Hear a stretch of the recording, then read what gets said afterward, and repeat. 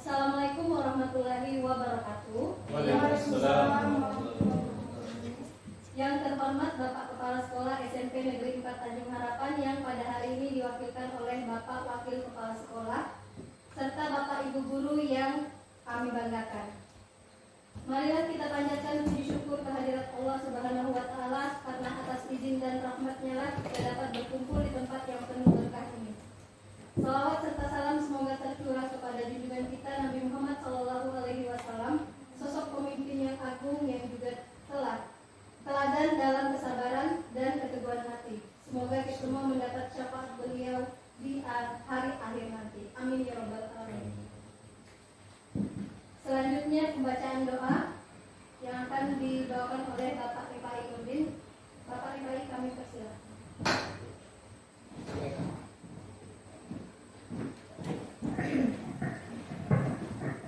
Bismillahirrahmanirrahim. Assalamualaikum warahmatullahi wabarakatuh.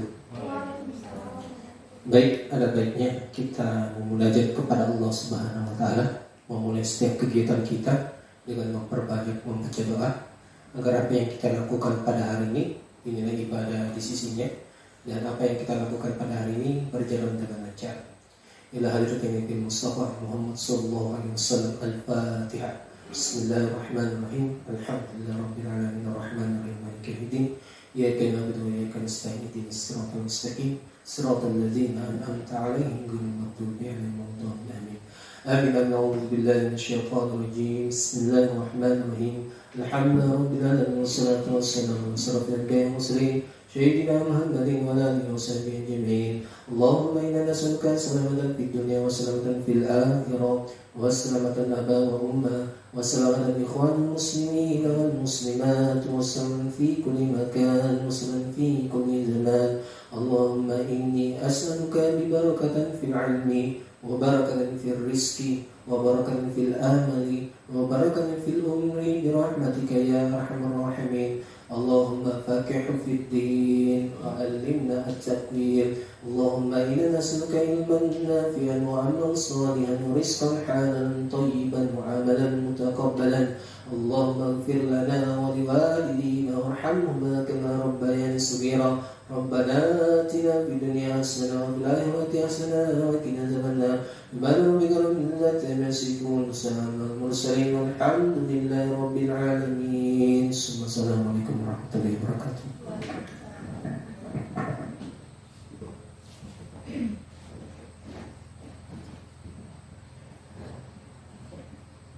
Bapak dan Ibu Guru yang kami hormati, dimohon untuk berdiri sejenak untuk mengawali acara pada pagi hari ini. Marilah kita bersama-sama menyanyikan lagu Indonesia Raya.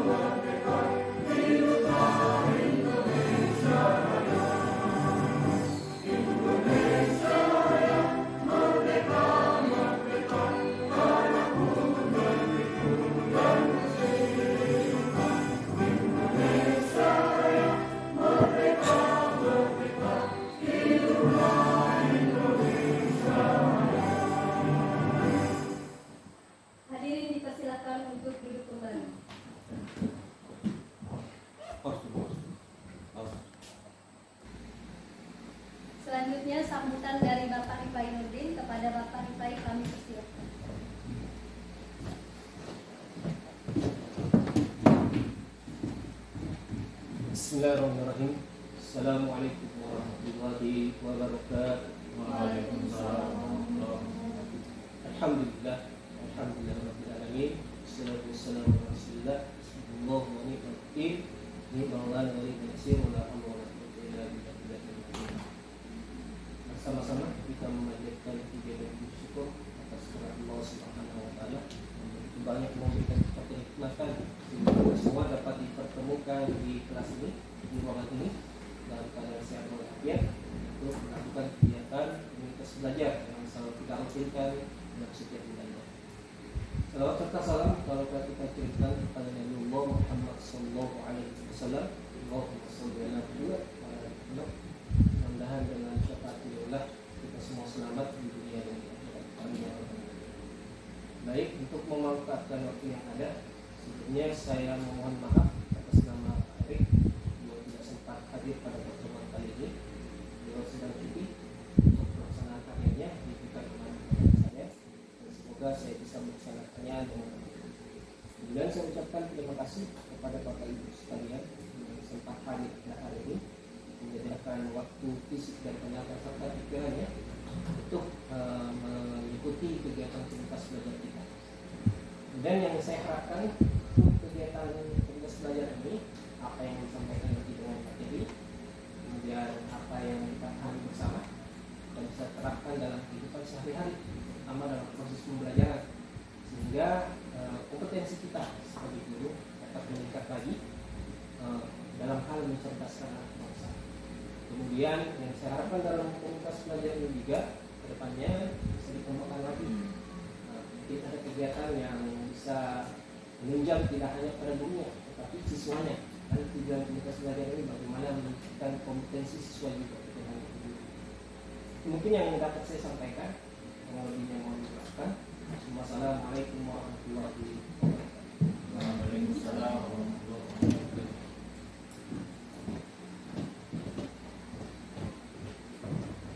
Terima kasih kepada Bapak Ipai Muhsin. Selanjutnya materi pertama akan dipaparkan oleh Ibu Siti Latifah SD. Pada Ibu Siti Latifah kami persilakan.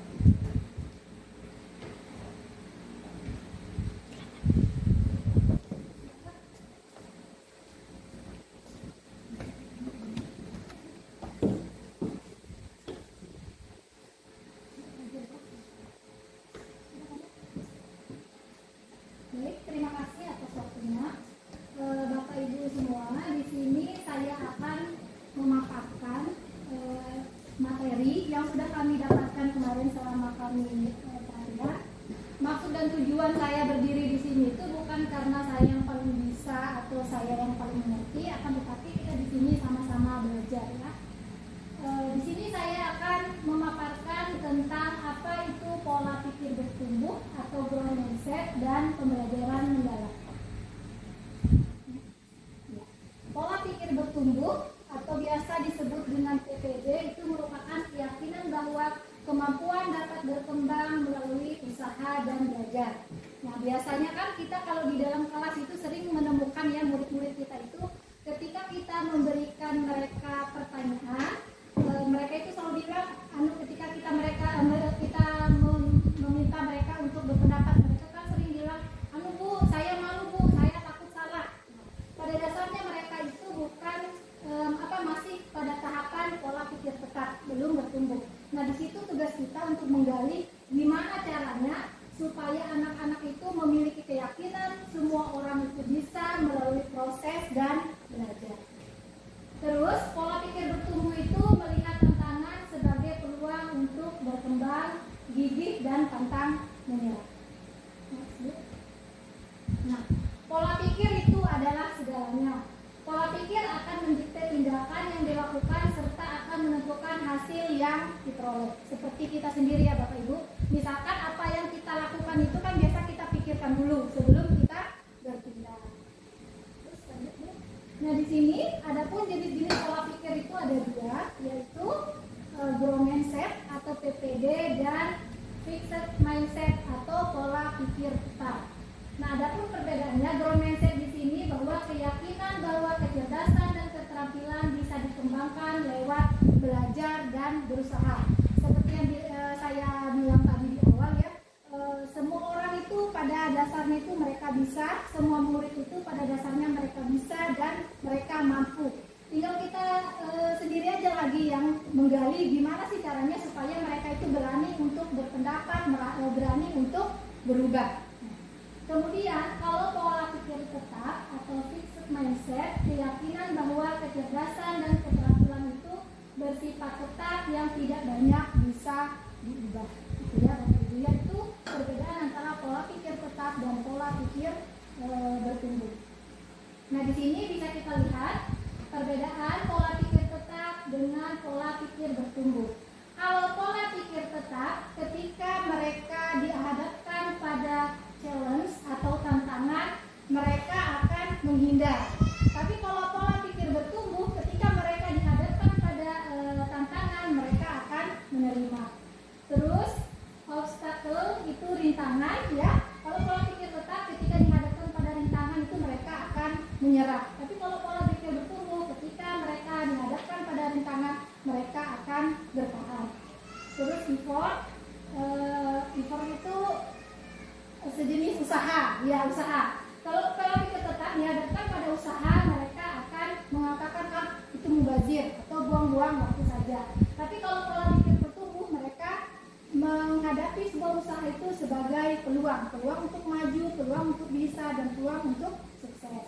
Terus kritik, ya, kalau pola pikir tetap ketika dihadapkan pada kritik dia merasa dirinya diserang, ya. Kalau pola pikir bertumbuh, mereka ketika dihadapkan atau diberi kritikan akan merasa, oh ya, ini loh sumber informasi, bagaimana caranya supaya saya ini bisa berubah menjadi lebih baik lagi.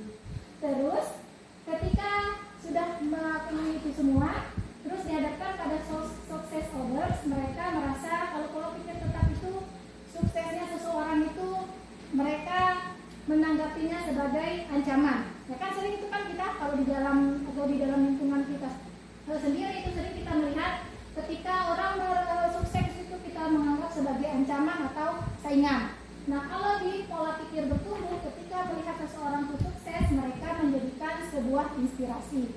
Contohnya di lingkungan kita kerja, misalkan ada kita melihat teman kita sukses, maka kita akan terinspirasi gimana caranya supaya kita sukses sama seperti mereka. Next. Nah, di sini adapun manfaat pola pikir bertumbuh yaitu meningkatkan motivasi belajar, membantu menghadapi kesulitan dengan lebih baik, membentuk karakter tangguh, mendukung prestasi akademik dan non akademik.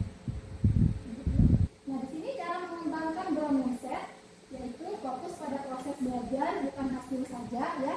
Terus belajar dari kesalahan seperti yang kita lihat pada slide yang sebelumnya tadi, ya. Terus menghargai usaha diri sendiri dan orang lain, terus berusaha meskipun menemui kesulitan. Nah, kemudian selanjutnya ini tentang pembelajaran mendalam. Nah, apa sih sebenarnya definisi daripada pembelajaran mendalam? Pembelajaran mendalam di sini yaitu merupakan pendekatan yang memuliakan dengan menekankan pada penciptaan suasana belajar dan proses pembelajaran yang berkesadaran, bermakna, menggembirakan melalui olah pikir, olah hati, olah rasa, dan olahraga secara holistik dan terpadu.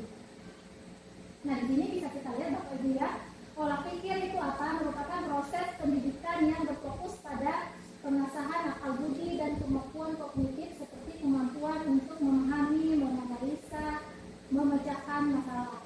Nah, kalau olah hati adalah proses pendidikan untuk mengasah kepekaan batin, membentuk budi pekerti, serta menanamkan nilai-nilai moral dan spiritual. Olah hati contohnya misalkan ketika kita ketemu teman yang lagi mendapatkan musibah, kita kan ikut berempati atau bersimpati. Terus olah rasa merupakan sebagai proses pendidikan yang bertujuan untuk mengembangkan kepekaan estetika, empati, dan kemampuan menghargai keindahan serta hubungan antar manusia. Olah rasa ini bisa juga kita contohkan seperti kegiatan gotong royong atau ketika di dalam kelas itu kan sering kita di dalam pembelajaran itu kita mengajak murid-murid kita itu tidak lupa untuk mengucapkan rasa syukur kepada Allah SWT atas kita diberikan nikmat sehat, kemudian kita bisa menikmati atau menikmati keindahan alam seperti itu. Kemudian kalau olahraga merupakan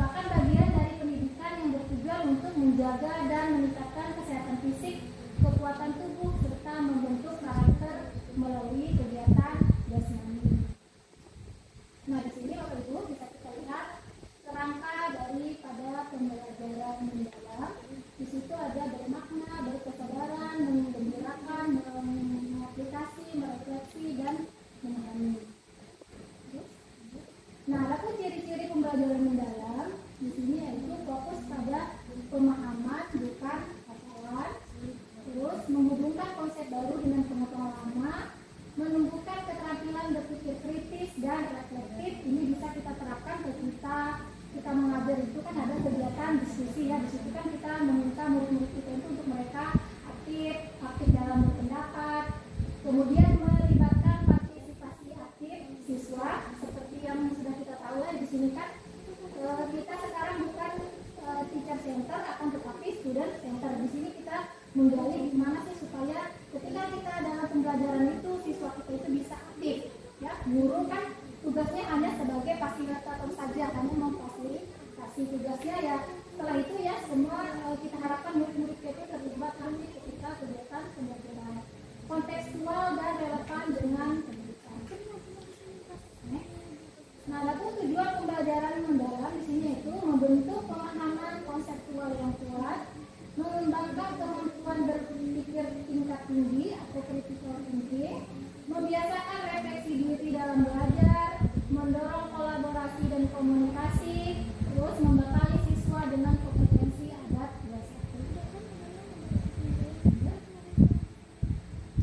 Adapun strategi penerapan yang bisa kita terapkan dalam kegiatan pembelajaran kita yaitu kita menggunakan inquiry atau problem based learning, diskusi reflektif, proyek kolaboratif, pertanyaan tingkat tinggi atau host, dan umpan balik konstruktif dan berkelanjutan.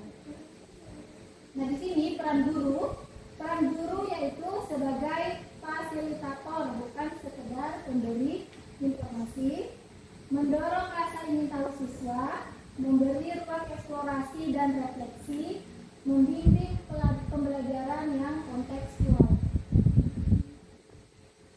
Terus, peran siswa aktif dalam mengeksplorasi dan bertanya, berkolaborasi dengan teman, refleksi atas proses belajar, menghubungkan pengetahuan dengan pendidikan. Terus ada pun tantangan dan solusinya. Tantangannya di sini bisa kita lihat kebiasaan belajar menghafal kan. Tidak bisa kita pungkiri murid-murid kita itu untuk mereka aktif dalam bertanya atau diskusi itu masih agak susah ya. Mereka sudah terbiasa dengan hafalan-hafalan ya. Terus keterbatasan waktu dan kurikulum, dukungan lingkungan belajar yang kurang. Adapun solusinya yaitu integrasi pembelajaran mendalam dalam kurikulum, pelatihan guru baik melalui lomba atau melalui seminar atau webinar. Kemudian pemanfaatan teknologi pendidikan. Sekarang kan enak ya Bang Ibu ya, misalkan kita ingin menambah wawasan itu tidak mesti kita mengikuti webinar yang ada di lingkungan kita sendiri. Banyak mengikuti channel-channel YouTube dan sebagainya itu yang bisa kita gunakan untuk menambah wawasan kita. Ada pun contoh aktivitas yang bisa dilakukan yaitu proyek penelitian, studi kasus, debat dan presentasi, jurnal refleksi harian, simulasi atau roleplay. Baik, itu saja.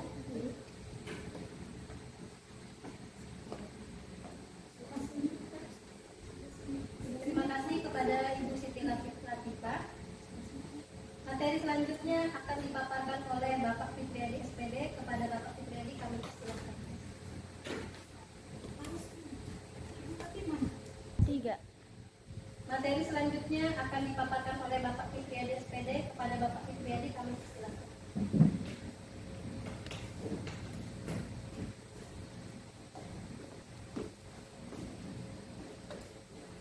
Baik, Assalamualaikum warahmatullahi wabarakatuh. Waalaikumsalam warahmatullahi wabarakatuh. Terima kasih atas kesempatannya pada pertemuan kita di komunitas belajar SMP Tanjung Harapan. Jadi pada kesempatan ini saya akan memaparkan materi selanjutnya yang sudah tadi disampaikan oleh Bu Latifah terkait dengan low mindset, pola pikir bertumbuh dan pembelajaran mendalam. Pada materi selanjutnya di sini saya akan mencoba memaparkan terkait dengan materi prinsip pembelajaran dan pengalaman pembelajaran. Oke, selanjutnya saya kemarin bertiga, saya Latifah dan Pak Gunawan sudah mengikuti pembelajaran mendalam di SMP Negeri 2 Tarakan Bogor. Dan apa yang saya dapatkan itu yang banyak terkait dengan pembelajaran mendalam. Ternyata apa yang saya dapat, pembelajaran mendalam itu bukan kurikulum, namun proses pendekatan yang memuliakan, ibaratnya lebih kepada pembentukan karakter siswa. Jadi tidak dinilai hasilnya, namun proses yang diinginkan daripada guru. Jadi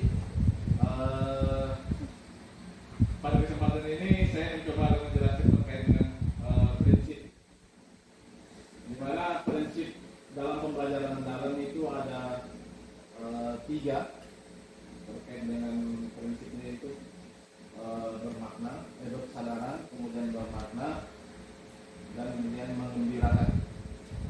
Dalam prinsip pembelajaran itu ada aspek-aspek yang sudah disampaikan oleh Bu Latifah tadi. Ada olah pikir, olah hati, olah rasa, dan olah raga yang sudah tadi juga dipaparkan secara mendetail. Apa itu olah pikir, olah hati, olah rasa, dan olah raga. Oke, Bu, benar. Oke, saya memaparkan pembelajaran mendalam merupakan pendekatan yang memuliakan, ya. Jadi dengan menekankan pada penciptaan suasana belajar dan proses pembelajaran berkesadaran, bermakna, dan menggembirakan melalui olah pikir, olah hati, olah rasa, dan olahraga secara holistik dan terpadu. Dalam proses memuliakan dalam penerapan PM pembelajaran mendalam, semua pihak yang terlibat saling menghargai. Jadi semua komponen yang ada di dalam proses pembelajaran itu saling menghargai dan menghormati dengan mempertimbangkan potensi, martabat, nilai-nilai kemanusiaan. Pembelajaran mendalam prinsipnya berkesadaran, bermakna, menggembirakan.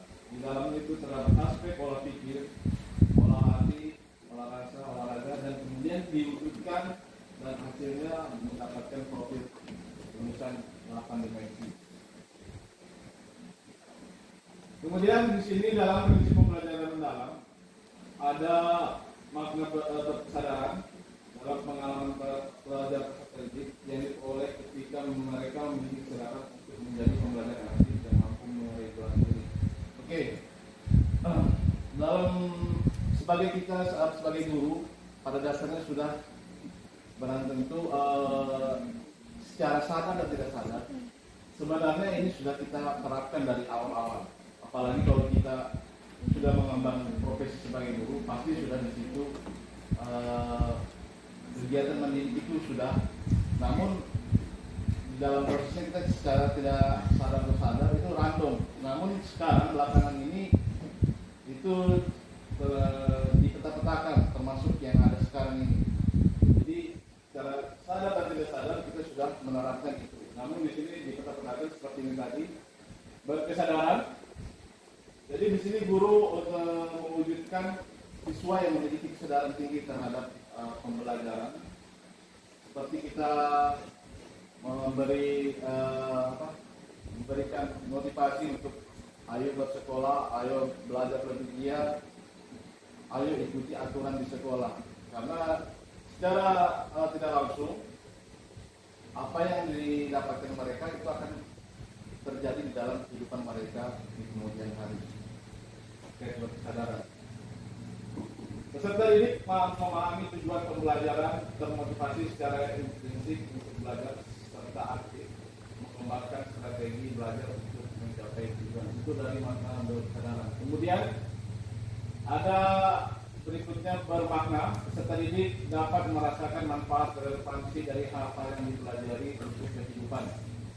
Peserta didik mampu memproduksi pengetahuan baru berdasarkan pengetahuan lama dan menerapkan pengetahuannya dalam kehidupan nyata. Jadi di sini peserta didik diharapkan mampu ibaratnya mengaplikasikan di dalam kehidupan sehari-hari terkait apa yang mereka terima di sekolah, tentang ilmu pengetahuan yang mereka dapatkan dari sekolah.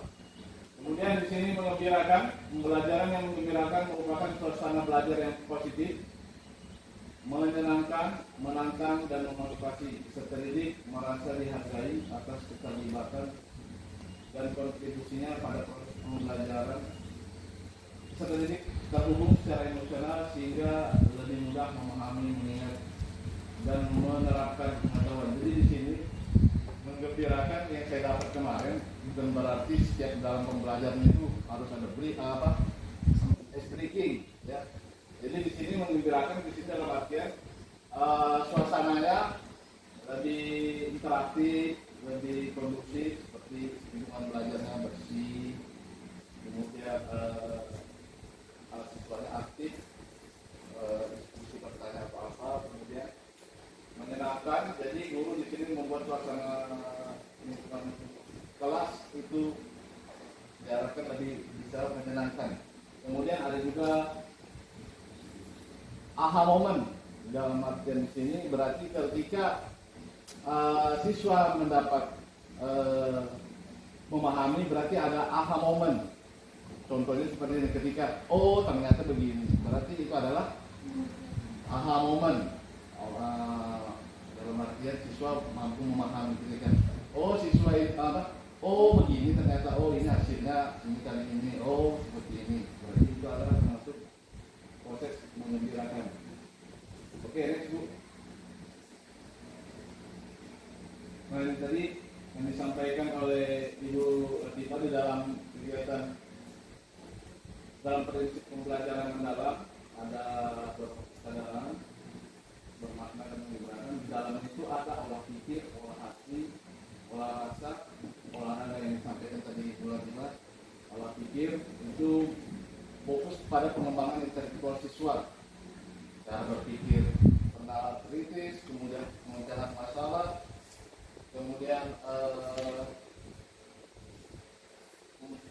penalaran analisis dan pemecahan masalah. Kemudian ada olah hati, berfokus kepada pengembangan nilai-nilai spiritual seperti keimanan, moral dan empati, integritas dan kepedulian terhadap sesama. Kemudian di situ ada olah rasa. Ini pengembangan emosi terhadap peserta didik, kesadaran diri dan sensitivitas sosial, termasuk kemampuan mengelola emosi, menghargai keberagaman dan mengekspresikan perasaan secara positif. Olah rasa. Kemudian ada olahraga. Ini fokus kepada pengembangan aspek fisik dan motorik, termasuk kesehatan, keterampilan motorik siswa dan aktivitas fisik yang mendukung pembelajaran. Oke, ini berikutnya pembelajaran mendalam, ini dimensi profil. Rumusannya ya. Jadi untuk memahami pembelajaran mendalam ini ada rumus, yaitu 8334. Ini yang saya dapat juga kemarin untuk mengingat bahwa 8 itu dimensi profil lulusan, kemudian 3 itu prinsip pembelajaran, 3 berikutnya dalam pengalaman belajar, 4 kerangka pembelajaran. Oke, next Bu. Oke, ini 8 dimensi profil lulusannya. Ini 8 dimensi: keimanan dan ketakwaan, kemudian kewargaan, penalaran kritis, kreativitas, kolaborasi, kemandirian, tambahan dari yang sebelumnya itu kesehatan dan komunikasi. Oke, ini penerapan prinsip pembelajaran yang sudah saya sampaikan tadi. Berkesadaran, di situ aspek yang terlibat itu kenyamanan peserta didik dalam belajar. Jadi diyakinkan kepada siswa agar mereka merasa nyaman di dalam proses pelajaran. Kemudian fokus, konsentrasi dan perhatian, kesadaran terhadap proses berpikir, kesempatan peserta didik untuk menentukan pilihan dan memiliki alasan atas pilihannya. Ini berarti kita meminta alasan mereka apa yang termasuk pilihan mereka, mereka sampaikan alasannya. Keterlibatan peserta didik dalam mengembangkan strategi belajarnya, keterbukaan terhadap aspek baru, pengetahuan terhadap pengetahuan dan pengalaman baru. Kemudian ada bermakna. Ini aspek yang terlibat di dalamnya yang bermakna adalah kontekstual dan atau relevan dengan kehidupan, jadi dikaitkan dengan kehidupan mereka, kehidupan nyata mereka. Ketika mereka menerima ilmu di sekolah, mereka terapkan di kehidupan sehari-hari atau pembelajaran. Nomor 3, organisasi sekitar lingkungan sekitar di sini kan rata-rata anak-anak, perhatikan itu selalu membawa hasil dari tangkapan orang tua. Pasti mereka akan ada terjadi hitung-hitung di dalam. Jadi itu mungkin itu sebagai contoh kecil saja, ya. Oke, berikutnya menggembirakan, lingkungan pembelajaran yang interaktif, aktivitas pembelajaran yang menarik, minat dan rasa ingin tahu. Kemudian ada menginspirasi, kemudian tantangan yang memotivasi, tercapainya keberhasilan belajar aha moment. Nah ini berarti yang saya sampaikan tadi. Berarti ketika anak-anak sudah mencapai berarti pencapaian keberhasilan belajar sudah terjadi. Memberikan ruang untuk prakarsa kreativitas sesuai dengan bakat, minat, dan perkembangan. Oke. Selanjutnya di sini ada pengalaman belajar. Di dalam pengalaman belajar ini ada aspek yang terlibat. Di situ ada memahami, mengaplikasi, dan merefleksi. Jadi di dalam pengalaman belajar ini anak-anak dituntut untuk memahami apa yang mereka dapatkan, kemudian mereka aplikasikan di dalam kehidupan sehari-hari mereka, lingkungan mereka, lingkungan keluarga. Kemudian merefleksi apa sih yang hasil dari aplikasi ini, mereka refleksikan, mereka evaluasi sendiri terkait dengan aplikasi yang mereka laksanakan. Oke, ini Bu. Pengalaman belajar dilakukan secara bertahap untuk mencapai level barat. PN pembelajaran mendalam tentang pengetahuan esensial, pengetahuan aplikatif, pengetahuan dan karakter, kemudian pendalaman pengetahuan dan regulasi diri.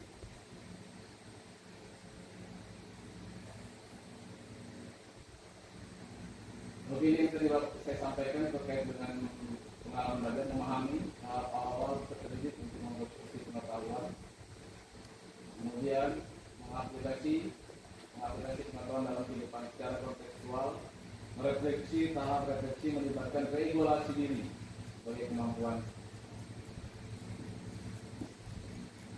kemampuan individu untuk mengelola proses pembelajaran secara aktif. Mungkin itu pemaparan dari saya terkait dengan prinsip pembelajaran mendalam dan pengalaman belajar di dalam proses pembelajaran mendalam. Oke, mungkin sekian dari saya. Saya kira assalamualaikum warahmatullahi wabarakatuh.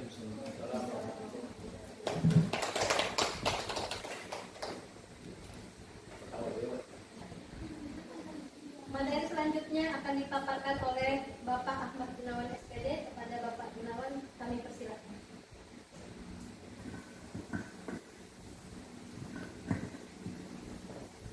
Bismillahirrahmanirrahim. Assalamualaikum warahmatullahi wabarakatuh.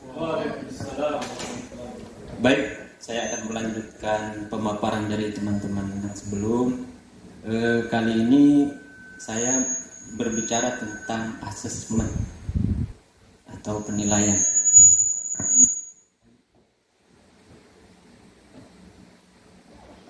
Pembelajaran mendalam seperti yang disampaikan Pak tadi, tujuan akhirnya kan 8 proses riset, ya, termasuk kuliah. Semuanya itu ujungnya adalah 8 proses. Nah, tapi kita juga punya PR lain. Itu apa? Itu CP, capaian pembelajaran yang dari pemerintah ditetapkan yang masing-masing. Jadi asesmen yang kita lakukan ulangan, sebenarnya ulangannya biasanya, jadi bisa mengukur apakah anak-anak itu sudah mencapai CP atau tidak. Misalkan kita ulangan, anak-anak dapat 100, oh, berarti anak-anak sudah mencapai CP. Jadi soal yang kita buat itu harus dasarnya adalah apa ya, pembelajaran. Lanjut.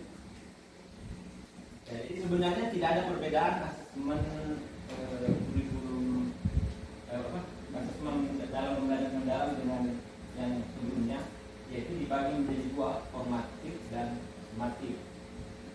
Kalau formatif itu di awal dan proses. Contohnya begini, formatif, kita mau mengajar perkalian. Nah di awal itu kita tes dulu anak-anak ini sudah lulus penjumlahan belum. Nah kalau sudah lulus penjumlahan, baru kita bisa lanjut perkalian. Nah tujuannya di situ. Kalau di proses, ya pada saat kita mengajar itu tes perkalian. Bisa nggak anak-anak perkalian dengan cara mengajar kita pada saat itu? Kalau dia belum bisa, berarti harus ada yang kita ubah. Apakah model pembelajarannya atau bagaimana caranya? Nah, itulah asesmen formatif. Dia nilainya tidak untuk nilai rapor, karena tujuannya tadi lain. Untuk yang awal tadi seperti dari penjumlahan. Kalau yang proses, yang perkalian tadi kita tes anak-anak sudah bisa belum dengan cara mengajar kita pada saat itu. Nah kalau sumatif, nah biasanya dulu kita nyebutnya ANPA, misalkan bab 1 tentang operasi bilangan, penjumlahan, perkalian, pembagian. Kita tes sumatif bilangan bab 1.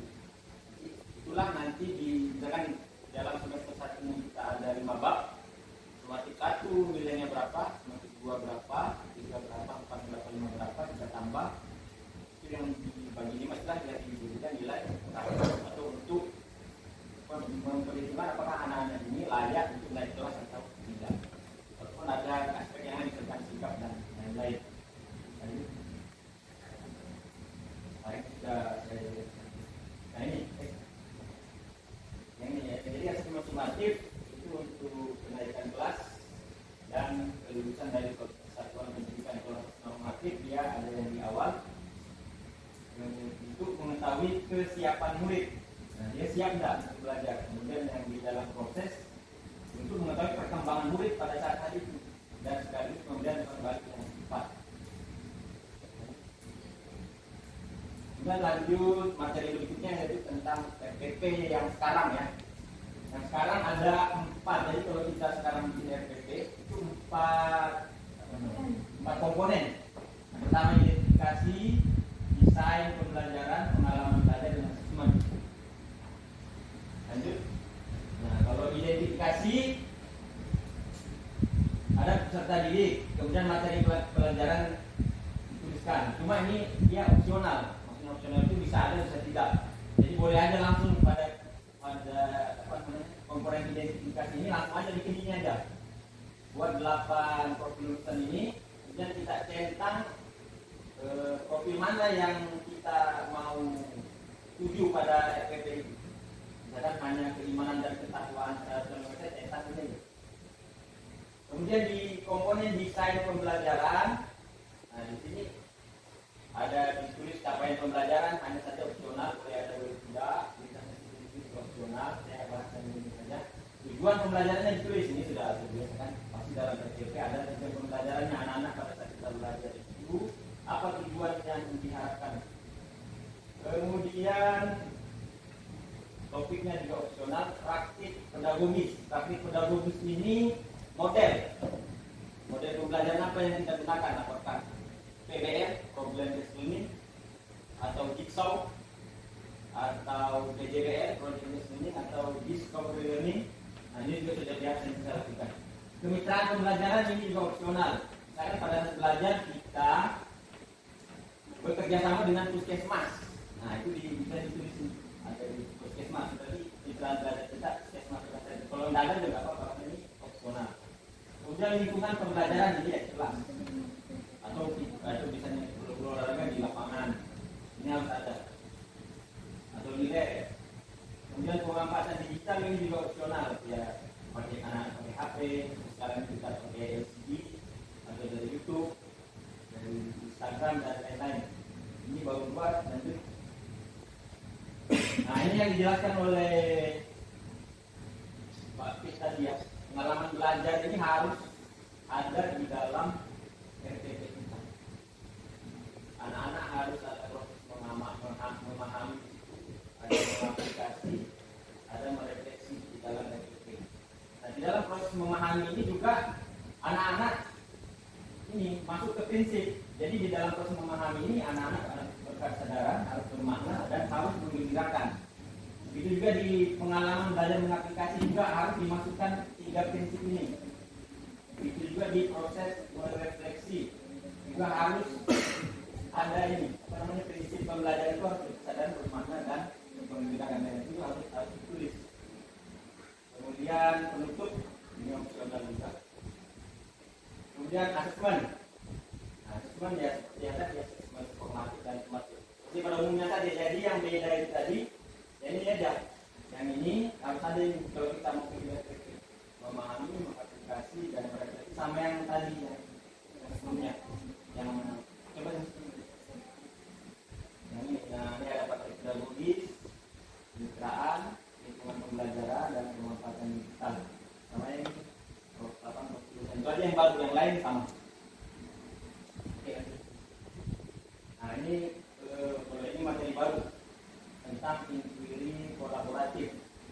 Jadi inquiry kolaboratif ini terdiri atas 4 tahapan juga: identifikasi, perancangan, pelaksanaan, dan pengukuran. Jadi identifikasi ini kita di kelas ini apa masalahnya? Apa masalahnya di dalam kelas? Ya anak-anak kurang aktif, kurang minat belajar juga. Nah, kita diskusi nih sama guru di dalam studi sekolah ini. Nah, kita rancang apa solusi yang kita pikir bisa menyelesaikan masalah itu. Apa kira-kira, apakah modelnya akan diganti atau tadi misalkan apa tadi dikasih uang dia kerja aktif kan? Reward. Nah, dan kita laksanakan tadi itu yang kita rapat itu kita laksanakan. Nah, baru kita ambil tadi, kita ukur betul tak solusi yang kita tawarkan memecahkan masalah yang di sini. Kalau betul alhamdulillah, kalau tidak apa yang kurang kita refleksikan. Apa yang kurang baru kita ubah apa yang metode solusi baru yang kita lakukan. Itu terus. Ini namanya inquiry. Nah ini ya kurang lebihnya seperti apa yang saya sampaikan tadi. Nah, ini mengidentifikasi tantangan nyata di kelas. Apa tantangannya di kelas? Kemudian kita mendesain strateginya apa? Kemudian menerapkan strategi tersebut. Kami melakukan refleksi terhadap penerapannya, kemudian menyempurnakan proses pengajaran. Nah ini sangat bagus sekali kita lakukan dengan kalau benar-benar ya minimal sedikit 1 bulan sekali kita rapat. Sangat bagus sekali untuk kita, untuk anak-anak kita. Ini sekian dari saya, kurang lebihnya saya mohon maaf. Assalamualaikum warahmatullahi wabarakatuh. Waalaikumsalam.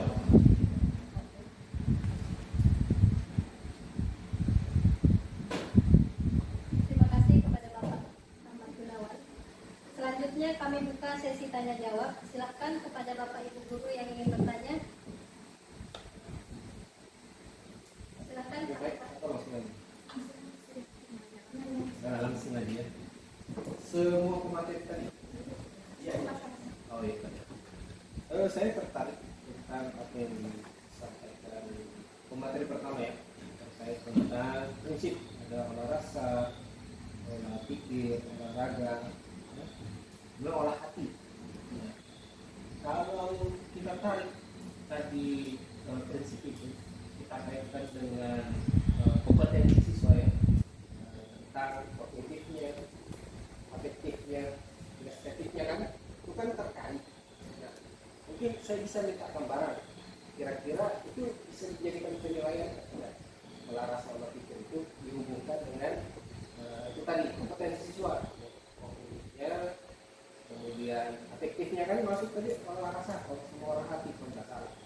Kemudian yang estetiknya tadi olahraga. Mungkin gambarannya, karena itu yang kita terapkan ke peserta didik, kompetensi itu yang kita ingin capai kan. Itu yang pertama untuk pembelajaran. Kemudian untuk yang materi kedua tadi yang berkait dengan pelajaran mendalam ya pelajaran mendalam tadi saya ini lebih tahu penyampaiannya tentang memahami di kelas itu seperti apa, kemudian pengaplikasiannya seperti apa, di mana prosesnya, langkah-langkah itu di mana, sama ini tadi yang terakhir pengaplikasiannya, kemudian merefleksi ya refleksi itu contoh konkretnya di kelas bahkan tadi selama ini kita sudah melakukan tapi kita tidak menyadari akhirnya kita katakan. Nah pemetaannya itu di mana posisinya pada langkah-langkahnya dan proses pembelajarannya biar lebih nyaman kita tahu di sini saya sadar ini saya melakukan tahapan memahami, saya melakukan tahapan mengaplikasikan, saya melakukan tahapan refleksi yang lebih konkret dalam pembelajaran. Terus yang terakhir terkait dengan asesmen ini saya tertarik dengan terakhir tadi tentang diri komunikatif. Mungkin betul sekali bisa kita terapkan dalam pembelajaran kita dan dalam setiap bulannya evaluasi seperti itu. Namun yang saya ingin tanyakan ini terkait dengan formatif tadi. Nah, formatif itu kan tadi tidak bisa dijadikan nilai akhir, ya kan? Tapi kan pada dasarnya kalau kita mengukurkan berdasarkan kecerdasan, ya kemampuan kecerdasan itu pun berbeda-beda. Apakah formatif ini bisa menunjang nilai sumatif tadi untuk dijadikan nilai akhir? Jadi itu maksudnya saya. Kan dari formatif itu kan bisa kita lihat aktifannya dalam proses pembelajaran, pengetahuan dasarnya seperti apa, kerajinannya kan. Nah itu maksud saya, apakah nilai formatif itu kan tadi tidak bukan jadi nilai akhir ya, tapi apakah itu bisa menunjang nilai sumatif itu untuk jadi nilai akhir agar peserta didik tadi itu tadi bisa naik kelas lah atau mencapai kelulusan pembelajarannya. Mungkin seperti itu saya untuk ya. Terima kasih kepada Bapak Sutaki. Selanjutnya pertanyaan pertama akan dijawab oleh Ibu Siti Latifah. Ada Ibu Siti Latifah, kami persilakan. Baik, terima kasih Pak Sofia. Tadi pertanyaan dari Pak Ipa ini yang saya tangkap, apakah hati, bahasa, pikir dan olahraga itu bisa kita terapkan dalam proses penilaian Pak ya? Ya baik, itu bisa kita terapkan Pak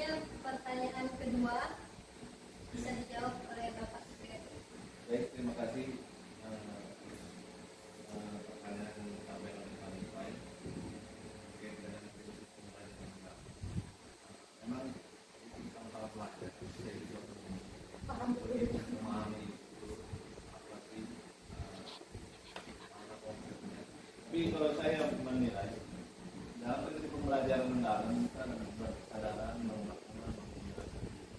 Jadi ketika anak-anak itu sadar, berarti mereka tidak memahami, tidak mengulangi apa yang mereka kesalahan yang mereka lakukan tidak diulang. Contoh seperti kita dalam hubungan sekolah ini selalu kita menegur, tolong dimasukin baju, ya. Tolong dipotong rambut. Ya. Jika itu mereka bisa aplikasikan, mereka bisa laksanakan, berarti mereka memiliki kesadaran. Oh, sih seperti itu menurut saya. Ya, berarti selama ini anak-anak ini masih kesadarannya masih kurang.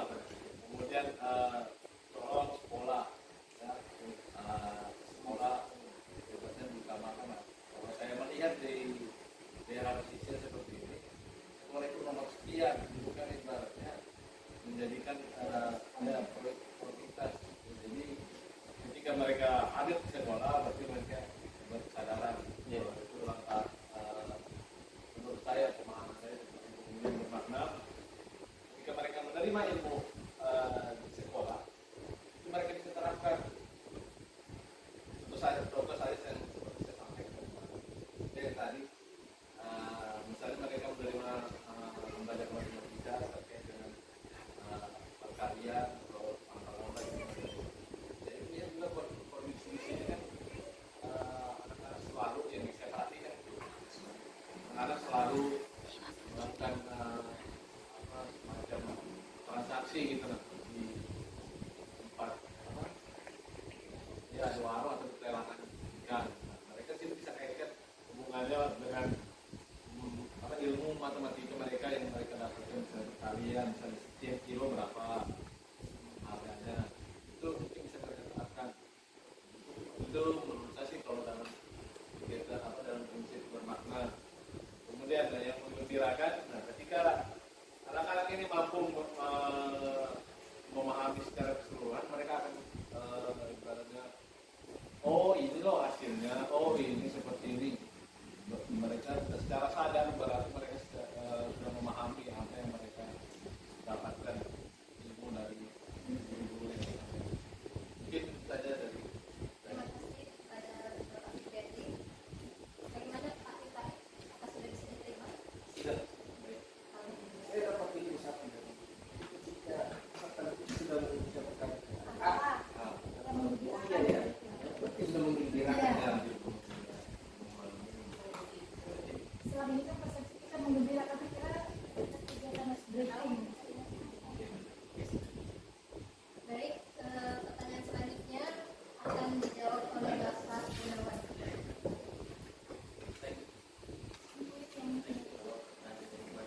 Ini pendapat pribadi. Kalau secara teori normatif lagi kalau pada prakteknya kita tahu apa mengenal ya proses itu kita tahu kan ya. Dan tapi begini menurut saya, kalau anak-anak itu harus diproses kan bisa kembali kita kasih juga pemakai kalau dia sudah salah sudah kita lihat. Nah, insya Allah ya banyak, insya Allah semantiknya malah nanti kalau masalah dari selain pendidikan anak-anaknya dia jarang belajar di rumah. Jadi secara teori ini aja, ini tadi secara teori tidak bisa.